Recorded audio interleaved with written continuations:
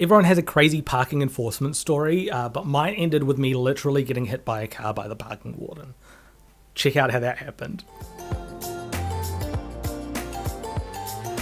I've been trying to start this YouTube channel for a while, and it's meant to be about science and technology, a little bit of education, explaining really technically complex things to non-technical people. But this story was just something that I couldn't get by not sharing. I also stream on Twitch. I'm working on a couple projects at the moment, a website that turns the COVID epidemic into an anxiety-inducing idle game, a self-driving car simulator that lets you choose whether to run over grandmas or babies, and a Mike Hosking text-to-speech neural network that will allow us to finally get a positive Mike Hosking. If you're interested in learning about any of those, I'll be releasing videos about them soon, so hit the subscribe button below and you'll get notified when they happen. Okay, so get ready, because this story is weird and it ends up with assault.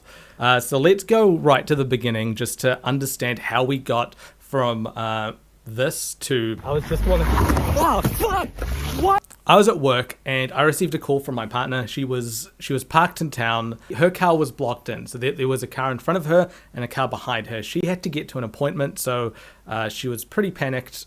I went over there as soon as I could. We swapped cars and I said, look, it's a simple problem. I'll deal with it. Little did I know. Yes, fuck off and go out. It wasn't going to be a simple problem. Okay, so my partner's car was parked there, and there was another row of cars in front of her and another one behind her. So the ones in front of her, absolutely fine. They all parked on either side of like a bridge. Very much like what it is in this photo. Completely normal, absolutely fine, run-of-the-mill way to park in this car park. It's even on Street View. There was another row of cars, like 7 or 8 of them, that queued up behind, which meant that my partner's car was like sandwiched between 2 rows of cars. I end up being on a call with a call center in the Philippines where I had to explain that my car was blocked into a guy over there who would then call another guy in New Zealand to come over and verify that the car was actually blocked in. He showed up pretty quickly and he's like, yep, your car is definitely blocked in. I need to call my boss. He has to like call his boss to double verify that the car was blocked in and that they would need to call a tow truck. So that was already super weird. But the guy and me spent like 10 minutes together. He ends up ticketing like 6 or 7 of these ones. And he says, no joke, he says to me, I'm issuing them with tickets. They probably don't need to pay these, but they will need to waste their time on the phone to get out of them. Well, I feel like I wasted my time getting on the phone with you because it's been 20 minutes and the car is still blocked. After another 10 minutes of waiting, this guy's boss shows up. And this boss is not happy about the situation at all. he parks his car like at an angle next to all the other cars. That's like how ragey he was when he came in. And he was like, these people, all of them are bloody stupid. So he triple verifies the situation that the car is blocked in. And he gets on the phone with a tow truck company who say that the nearest tow truck is 20 to 40 minutes away. So I've had my car towed in town before, and these tow trucks go around like little bees just orbiting, and it literally takes like 2 or 3 minutes of your car being parked in the wrong place in Auckland CBD in order for a car to be taken away. But the one time I needed a tow truck, it took like an hour to get there. I had to get out of work in order to get there. I thought this would be like 5-10 minutes, 15 max. But here we are like half an hour later, still waiting for a tow truck. So the other guy like looked up on his computer how long the other cars were there, and they were there for like 6 or 7 hours, some of them 8 hours. So it was a situation that was there like right from the beginning of the day. You'd expect like at some point there would be someone who goes and investigates the car park and is like, yeah, these cars are parked wrong. I'm going to call a tow truck so that more cars don't end up parking next to them. So I tell them it could be a little bit your fault. Not a great way to start a sentence, but you don't have any lines or anywhere that tells people how to park.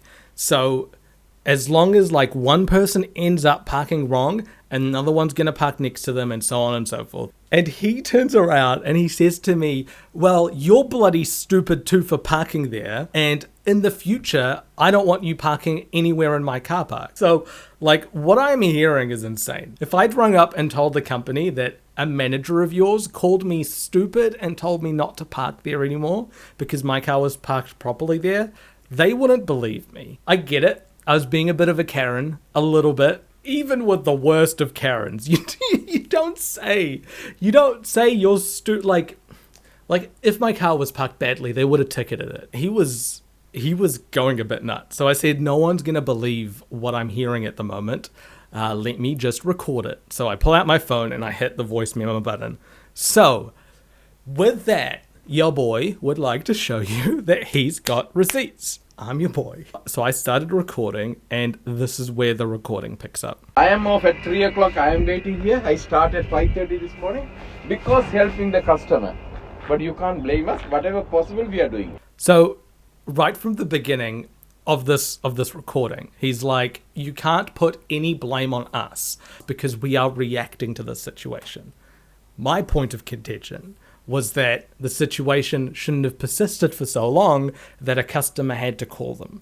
I thought that when you pay a car park, the $10 a day with the like hundreds of cars that are parking there, they can afford one guy checking there every couple of hours to make sure that no cars are blocked in so that when people want to leave, they leave. And I have no authority, or he has no authority to tow a car unless getting a permission from our company. Yep. So I have to go through some procedure. This situation has been here for the last 8 hours. So that I don't understand this sort of like double verification process where I had to call the Philippine company and then they had to call someone here who then had to go and check it, and then he had to call someone else who had to come and check it, and then he is the only one that can call and get a tow truck going. It seems a little bit like that game Mousetrap. like this like it's a Rube Goldberg machine of car park. At the end, the car gets towed, and I can go home. the call I received, I call within 10 minutes. I have sent this guy immediately. Sure. So we have taken action. Within 10 minutes he's here. And then within 10 minutes you were here. And so then I am whatever possible. I am doing it. And then you took 10 minutes as So well. And you then have- there's 20 you have minutes as you well have after wasted that. 1 hour. That's true. I don't know. It's an hour. Like, it's an hour gone. I had to come from Pakuranga to here because that's my true. partner has an appointment she needed to be at. So I had to give her my car because we relied on your company to move the cars around. Yeah. This guy did it. This guy brought the Karen out of me. Not my proudest moment. In his world, in his like self-centered tiny world, the situation's only existed for 10 minutes, and he's made really good time since being aware of that situation to coming down and then calling a tow truck that was going to take 20 to 40 minutes to get there, but he did everything that he had to do.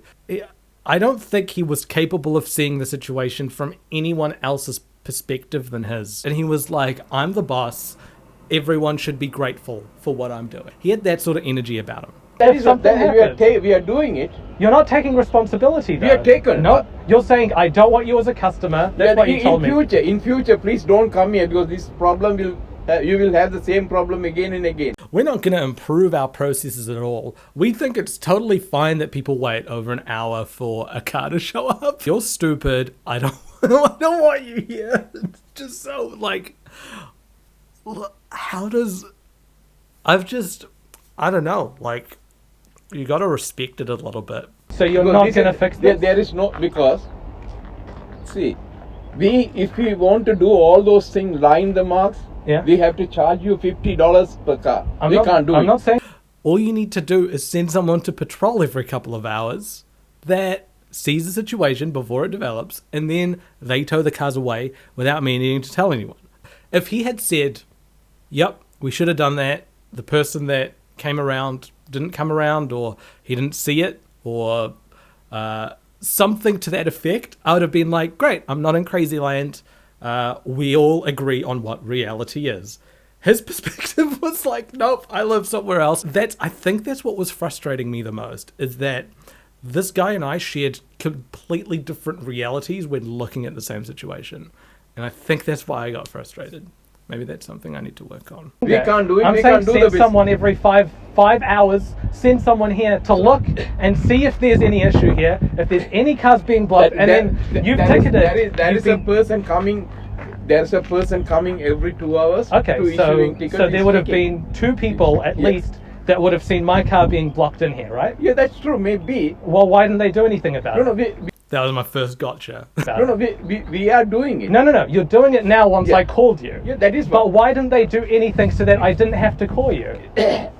He doesn't get that it's different if like they do it before a customer notices. Like that wasn't a concept he was getting. But you would have seen the situation developing. You guys run a parking lot. You know what happens when two cars line up. You know other that is what I am telling. Here there are 100 cars, all bloody stupid people. It's not only one. All 100 people are stupid. They don't think. Okay. They put somebody else in trouble. Sure. So everyone you parking here is don't. But now I'm in trouble. Who gives me my time back? So who is going to give my time?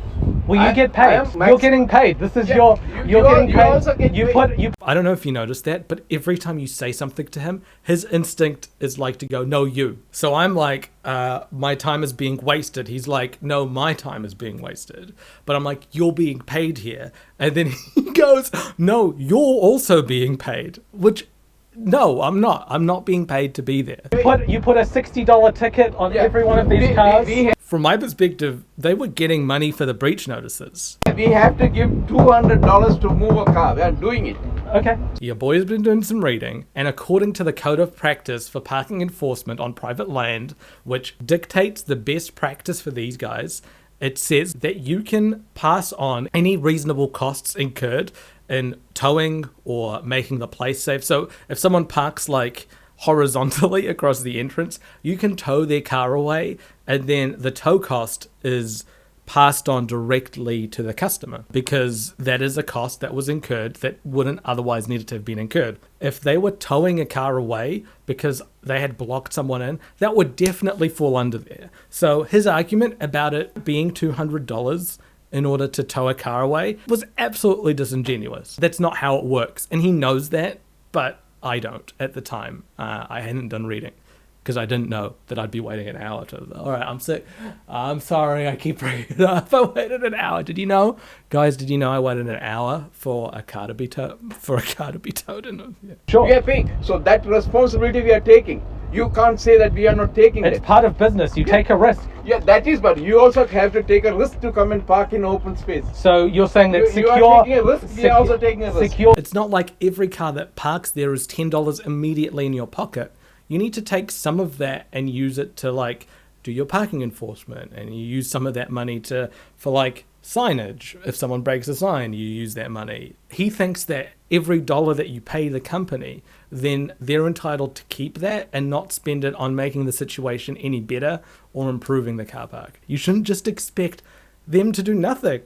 Like what are they? What's the point of them if they get to keep all the money and not do anything? Like, what are you paying them for? Just to let you park there? Like, car park doesn't patrol people. That's what you're saying? We are patrolling. We are doing our Why best. didn't you see this? Why didn't you see the So situation? we can't come and check all the cars. It's We are not. checking. It's a very obvious situation. So this is what that is what I am telling.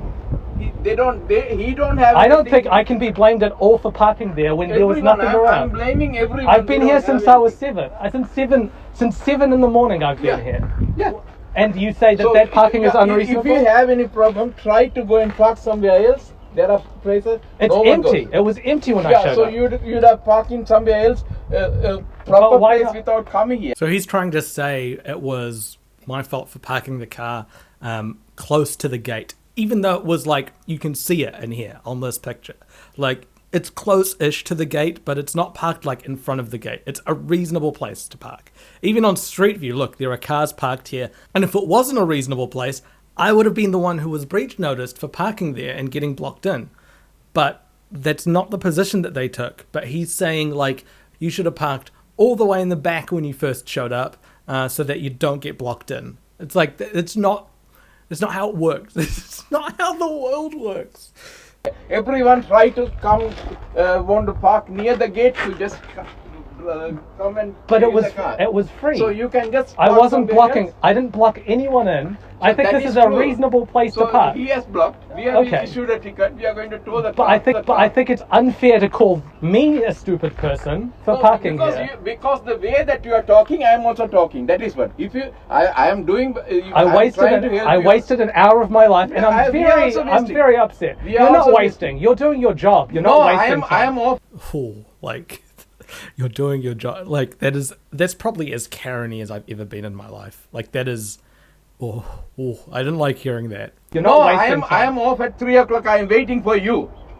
It wasn't even 3 o'clock yet. It was like 2:45. You're off at 3 o'clock. Yeah. I'm If I very don't, sorry. If I don't for doing receive the call, I just put the call up. I would have gone. He would have gone. No one is here. You have to wait here. And then Till I have 5 to wait o'clock. here till like Till 6 5 or o'clock. 7. The next person will come. Yeah. Rather than it being like a situation where I should be feeling thankful, it made me think these guys are just skimming money left, right, and center without really trying to make the place better or manage it at all. They're trying to not manage the place at all, which is, yeah, it's really bad. Okay, so I But should we are be. trying to. We are. I should be thanking you for calling me stupid. I should be calling You have for to- you have to wasting thank time. us. You have to thank I think you're being really unreasonable here. I think you're being absolutely unreasonable. What was your name? So he started walking away, and at that point I know I wanted to like put in a complaint. What's his name? Why should I give my name? Just so I can put a Go complaint and in. call that number. Which number you call and talk to them. I want to put a complaint in. You go and fuck. Okay, so the first guy drives away and is like on the other side of the parking lot now. He's like 100 meters away. So I pick up the phone again and call this call center in the Philippines and start laying my complaint. They ask me, do you know what his name is? And I said, well, he wouldn't give me his name. But at that moment, the first guy, he was on his way out. So I walked up to his car. He rolled down the window and I asked him, hey, I'm just on the line with your call center. And they're asking what the name of their other guy is. He just smiled at me and shook his head and didn't say a word. He quietly says to me on the side, if you turn off the phone right now, I'll talk. I hung up the phone. Very rude of me, I'm sorry. And I'm like, can you tell me what their other guy's name is? And he's like, it's Greg. He doesn't actually say Greg. He gave me a single syllable English name. I'm like, is it Greg? Greg what? Is Greg short for something? Does Greg have a last name? He said, we're blocking someone in behind us, which we were. There was a guy trying to get out and he was stuck behind the car, which couldn't move. Go next to that pay station, wait for me there, and I'll just come and talk to you over there. So I start walking and he peels out. He's out. He leaves. He quits. He quits the situation. He just drives right past me, not making eye contact and getting out of there. He just did not want to be a part of anything that was going on there. He knew I didn't have his name and he just left. I was in a situation where both the people that I was dealing with did not want to be identified. One of them was quite hostile. And I felt like I was like in some weird alternate reality. None of the things that I thought were facts were being treated as fact. It was like, it felt like I was being gaslighted. So at that moment, I start filming a video. I had my phone and I was like filming it like this. And I can't work out how to like change it. So it was just stuck on selfie mode the whole time. But at that moment, as soon as I start, a guy walks into the car park. He comes up to me. He's like, what's going on here? And it turns out that his car was parked right next to mine. It was exactly the one next to it. And he's like, our car's blocked in. And I'm like, yeah, they're blocked in. I called for help. The guy is back at the end of the car park over there in that white car. So what I wanted was that guy's name. Because I don't know, Greg could have been a fake name. I don't know. Me and him start walking together to this car in the back. Once we get there, that's when this video picks up. So what is your problem? I'm parked in here. I can't get the car out. Same problem as me. Okay, cool. So could you give me your name? Yes, fuck off and go away. I don't want to talk to you. But you could you give me your name? I'm just trying. The company was asking about your name. I was in selfie mode and I wasn't thinking straight. And I walked out to like get a picture of the guy and I was in front of his side mirror. Very dumb move. I wasn't expecting what happened next. What happened next will shock you. The company was asking about your name. I was just wondering. Oh fuck! What? He hits me with his car. He hits me with his car. That's one way to end an argument. And I was left pretty speechless at the end of it. What? Okay. I just said okay with all the confidence of that guy from the meme. Okay. Okay. Okay. If you ever wanted to know what having Arab parents is like, I sent this video to my mum. After I told her I was okay, the first thing she asks is, why did you have to swear? You should really watch your language when someone's assaulting you. So this guy just does a hit and run. He doesn't even stop to make sure I'm okay. He hit a human with his car and he drives off anyway. At that point, I'd think most people would snap out of it and like stop and make sure that the other person's okay. Not this guy. Not to brag or anything, but check out the sweet 360 no scope on that number plate. Oh, fuck! What? Got him. We got him. But like, yeah, he just goes away. He doesn't show up until the tow truck shows up. At that point, I was done. I was done talking to him. Let's just check in on the code of practice for parking enforcement on private land and see where this guy's behavior may have differed slightly with it. So section 5.5.1 says, as a signatory, you should maintain a professional standard of behavior in carrying out your operational duties and when dealing with the public. Yes, fuck off and go out. This includes making sure that your frontline operational staff wear a uniform and carry a photo identity card that is available for inspection by drivers. Why should I give my name? You deal with drivers and other members of the public in a professional way and avoid using aggressive or threatening language or behavior. Yes, fuck off and go out. Just want to... Oh, fuck! What? Maybe a couple of violations there. I end up finding the person at his company who is the head of people and culture, and I sent her an email titled Assaulted by Parking Manager. It was going to be a busy morning. They ended up launching an investigation as to what happened, and this guy ended up getting terminated from his position. I initially felt really bad about it. I would have been okay with like an apology and him being made aware that the way he acted isn't a way to treat customers, let alone that's not how you treat other people. Like, that's not how you treat humans. There's something wrong with the way he perceives that other people experience the world. There needs to be a little bit more empathy there. So I would have been happy with an apology, but I think the thing that clinched it for me was he hit me with his car and then he drove away without checking to make sure that I wasn't hurt, that I was okay, and to sort of apologize and tone the situation down. I think he thought he was above everyone that was around him, and that just rubs me up the wrong way. And look, I'm fine. I'm absolutely fine. It's just a couple bruises. I'll be okay. As far as getting hit by a car on foot, it's as least serious as it could possibly be this time. But the way he acted, there could have been another time with someone else, and I don't know how that could have turned out. Someone like him shouldn't be in a position where he is in, and he shouldn't be walking around intimidating other people the way he is. I think that makes me okay with him no longer having that job. I do feel a little bad that someone of his age lost a job because of a complaint that I made, and it's much harder to find a job when you're older, but he hit me with his car. Like, you don't do, like, that's not how you treat people. He shouldn't have never,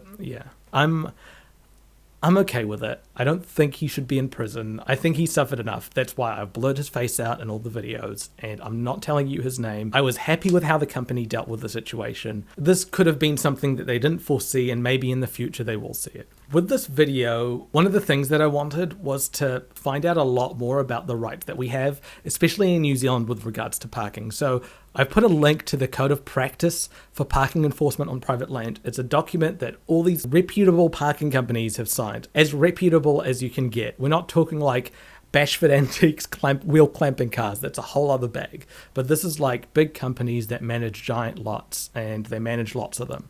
They sign this document and they say this is the way that we're going to behave. I don't think we can talk about crazy parking infringement stories in New Zealand especially without mentioning David Farrier and his run-in with Bashford Antiques. Links to that in the description. He's turning that into a documentary. I want to put this whole thing behind me. I don't want to think about it anymore. It was a bad situation for everyone involved. But If there was a way for a bad experience in me to allow someone else to creatively express themselves, I'm all about that. That's the kind of world that I want to live in. Enjoy, guys. Thanks for watching. I am off at 3 o'clock. I am waiting here. I start at 5:30 this morning because helping the customer. But you can't blame us. Whatever possible, we are doing. Whatever possible, we are doing. Whatever possible, we are doing. So you don't want... And I have no authority, or he has no authority to tow a car unless getting a permission from our company. Yeah. So I have to go through the procedure. No authority or procedure. No authority or he has unless getting a permission from our company. Yeah. So I have to procedure. No authority or This situation has been here for the last 8 hours. Call I see. I call within 10 minutes. I have sent this guy immediate. Call I receive. It's an hour. It's an hour. We rely on your company. I had to come from Pakuranga to here. It's an hour. It's an hour. Who gives me my time back? Who is going to give my time? What was your name? What was your name? What was your name? What? Why should I give my name?